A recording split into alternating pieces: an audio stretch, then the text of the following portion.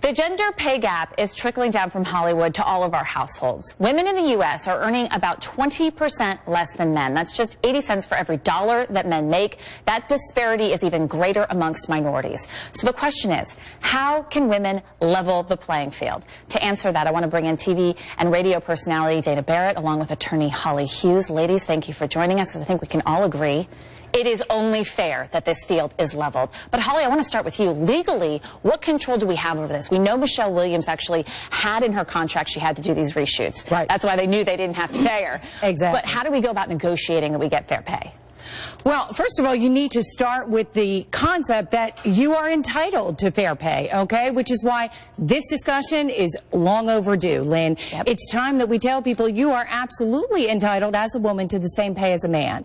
You absolutely have to go into it negotiating what you are worth and understanding that the company needs to pay you what you are worth. And if, in fact, they're not willing to do so, then you have options. If you are hired and discriminated against based solely on your gender, you can sue under the EPA, the Equal Pay Act, which was established in 1963. It's 50 years old, and we're just now having this discussion. So that tells That's you part of the frustration. It's time to talk. And Dana, you say even before you're hired, there are important things you need to do and questions to ask. Well, you definitely need to do your homework and try to know the position you're going for, what is it worth in the marketplace, not only across, in your location, but across the board. And then you have to do the hard part and actually ask other people doing the job what they make. This is like sometimes we can talk about a boil on our butt, but we'll never ask each other how much money we make. And we need to start doing that. Right. And we need to just say, hey, listen, given everything going on in the world right now, can you just help me out here? I'm looking to go get this job. How much should I be looking for? What do you make? Here's what's scary. In some states, companies can fire you for talking about your salary. Some states protect that. I know California does. But legally, we saw in Kat Sadler's case, she left E because they said, no, we're not going to pay you the same when she found out her co-star was actually paid half or double what she was being paid. So legally, what can we do? What you can do is you can look into suing under the EPA, which is the Equal Pay Act, or Title VII. They're both federal laws. And Title VII, basically, it's a much broader protection.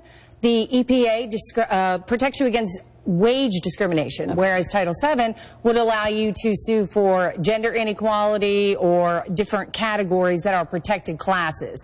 You need to know that that option is available to you. You need to file an EEOC complaint if you feel you are not being paid fairly. And you have to be equally situated. That's the important thing. People will take for face value when an employer says, well, they have more experience than you.